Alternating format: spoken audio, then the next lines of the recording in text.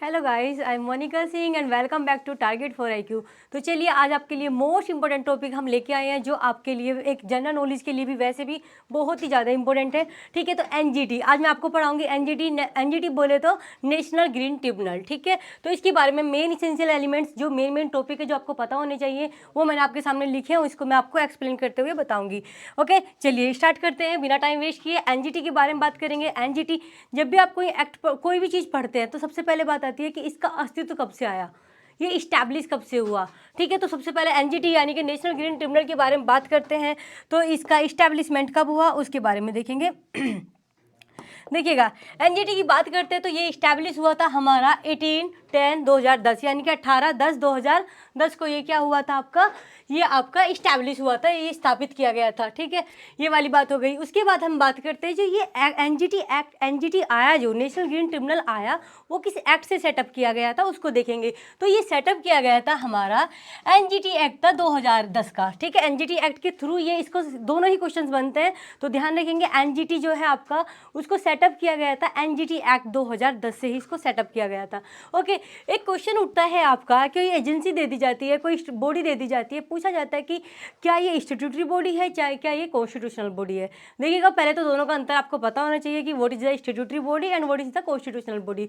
देखिएगा, जिसका प्रोविजन आपका स्पेसिफिक कॉन्स्टिट्यूशन में होता है, उसका इस्टेब्लिशमेंट वगैरह या जो भी कुछ होता है, अगर वो कॉन्स्टिट्यूशन में दिया हुआ है तो वो होता है आपका कॉन्स्टिट्यूशनल बॉडी। मगर अगर नहीं दिया, वो किसी और एक्ट से बनी है, किसी और लॉ के द्वारा बनी है, तो वो हो जाती है हमारी स्टैट्यूटरी बॉडी। और ये मैंने अभी आपको बताया, क्या बताया कि इसका इस्टेब्लिशमेंट क्या कोई से कॉन्स्टिट्यूशन के थ्रू थोड़ी ना हुआ, किसी प्रोविजन के नहीं। एक एक्ट आया था दूसरा एनजीटी एक्ट 2010 का, इसके थ्रू हुई, तो इस तरीके से हुई, तो ये सांविधिक भी हो गया आपका बॉडी, यानी जिसको हम बोल देते हैं कौन सा, स्टैट्यूटरी बॉडी। ये स्टैट्यूटरी बॉडी है ना कि कॉन्स्टिट्यूशनल बॉडी, क्योंकि एक क्वेश्चन ये भी बन जाता है हमारे पॉलिटी में कि कौन सी स्टैट्यूटरी बॉडी है और कौन सी कॉन्स्टिट्यूशनल बॉडी है। तो आप ध्यान रखेंगे, एनजीटी हमारी कैसी हो गई, स्टैट्यूटरी बॉडी हो गई। देखो, इस्टेब्लिशमेंट पढ़ लिया, किसके थ्रू सेटअप हुई और एक तरीके से कौन सी बॉडी, वो तो देख लिया। बट अब आपके दिमाग में एक बात आएगी कि देखो, बात आती है क्या कि अगर किसी चीज़ का इस्टेब्लिशमेंट हो रहा है ना तो इसका कोई ना कोई पर्पस होता है। ओके, पर्पस क्या होता है उसको हम देखेंगे। तो इसका पर्पस क्या हो गया, इसका पर्पस होता है, इसके नाम से पता चल रहा है, नेशनल ग्रीन ट्रिब्यूनल। ठीक है, ग्रीन ट्रिब्यूनल यानी क्या, इसमें किस चीज़ के लिए काम किया जा रहा है, इन्वायरमेंट से रिलेटेड काम किया जा रहा है। तो पर्पस इसका क्या है कि effective and expeditious disposal, effective हो, ऐसा नहीं कि सिर्फ एक्शन लेने का नाम नहीं होना चाहिए, एक्शन अप्लाई होना चाहिए वहाँ पर। ठीक है, तो इफेक्टिव एंड एक्सपीडियस डिस्पोजल होना चाहिए केसेस का। कौन से केसेस होने, कौन से केसेस की बात कर रहे हैं, देखिएगा, केसेस होंगे हमारे जो रिलेट कर रहे होंगे इन्वायरमेंट से। ठीक है, इन्वायरमेंट से बात क्लियर यहाँ तक। तो ये जो हमारा एनजीटी बनाया गया है किस पर्पज़ के लिए बनाया गया, तो for effective and expeditious disposal of the case, relate करते हैं जो एनवायरमेंट से। बातें क्लियर यहाँ तक, आगे देखेंगे। तो एक बात होगी कि ये एनजीटी जो होता है इसमें हमारे जो मेंबर्स वगैरह होते हैं एक तरीके से वो कितने साल के लिए अपॉइंट होते हैं, तो 5 ईयर इसका टर्म हो गया यहाँ पर। ओके, एक बात और उठती है कि जो मेंबर्स है जिनको 5 ईयर्स के लिए बनाया गया, क्या उनको रीअपॉइंट कर सकते हैं, दोबारा से बना सकते हैं, तो इसमें है बिल्कुल नो, आप उसको रीअपॉइंटमेंट नहीं कर सकते, नॉट रीअपॉइंटमेंट। ओके, उसको रीअपॉइंटमेंट नहीं किया जा सकता। एनजीटी हो गया, मेंबर्स हो गए। मेंबर्स की बात की गई थी तो मैं मेंबर्स बता देती हूँ कितने होते हैं, क्योंकि जो आपके अपॉइंट किए जा रहे हैं 5 ईयर्स के लिए। मेंबर्स में जुडिशियल मेंबर्स होते हैं, एक आपके एक्सपर्ट्स मेंबर होते हैं जो मिनिमम 10 से लेकर के 20 तक हो सकते हैं मैक्सिमम। उसी तरीके से जो एक्सपर्ट्स होते हैं वो भी आपका किसी भी इन्वायरमेंट से लेकर के किसी भी फील्ड में क्या है, अगर वो एक्सपर्ट है तो वो भी 10 मिनिमम होंगे एंड मैक्सिमम 20 है, तो 10 to 20 इसके मेंबर्स हो गए यहाँ पर। ये बात पढ़ लिया हमने। अब देखो, जो इनके मेंबर्स हैं ये भी तो शायद कोई ऐसा हो सकता है ना कि ये फैसला सही ना ले, डिसीजन सही ना ले, या एक तरीके से आपका अकॉर्डिंग टू नहीं लिया जा रहा है जो अभी फैक्ट्स एंड सर्कमस्टेंसेस है केस की, तो उसकी अपील भी तो होगी ना। ऐसी नहीं जो इन्होंने बोल दिया वही सही है, नहीं, अपील होती है। कहाँ होती है, कितने दिन में होती है, वो हम बात करेंगे। अपील होती है एनजीटी की टू द सुप्रीम कोर्ट। कहाँ पर होती है, सुप्रीम कोर्ट में होती है। और कितने दिन में अगर हम बात करते हैं तो कितने दिन के अंदर हो जानी चाहिए आपका अपील, तो वो है 90 डेज। बातें क्लियर यहाँ तक, 90 डेज।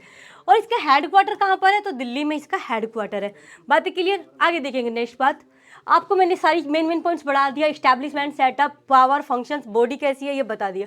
अब हम बात करेंगे इसके चेयरमैन की। चेयरमैन आपको मुझे बताना पड़ेगा, अगर हम बात करते हैं चेयरमैन क्या है, और इसके अगर हम बात करते हैं पावर की, तो आपको पावर के बारे में बताना होगा कि पावर क्या क्या होती है।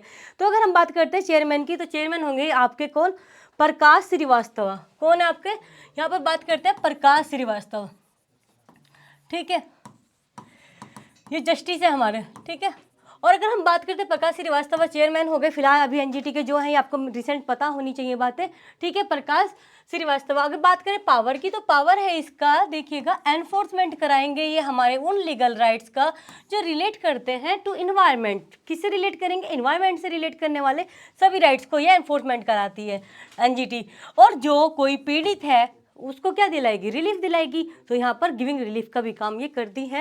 एंड एक तरीके से जिस प्रकार से सिविल कोर्ट्स के पास अपनी पावर होती है, उसी के इक्विवेलेंट हमारे एनजीटी के पास भी होगी जो सिविल कोर्ट्स के पास होती है, ठीक है। तो इस तरीके से हमने यहाँ पे बात कर ली है। अगर एक और प्रिंसिपल के मैं बारे में बात करूँ, पावर आपने देख लिया, यहाँ पर मेंबर्स देख लिए।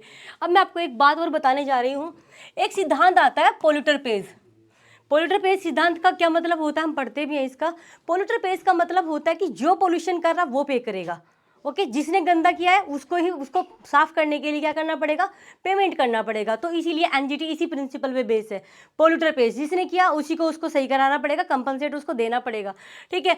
और एक हम ट्रिब्यूनल्स के बारे में बात करें, हमारे संविधान में कहाँ पर प्रोविजन है ट्रिब्यूनल्स के बारे में, तो ट्रिब्यूनल्स के बारे में बात करेंगे तो आर्टिकल 323A से लेकर के 323B तक है। और हम बात करें तो पार्ट कौन सा आ जाता है आपका, पार्ट आ जाता है उसमें 14।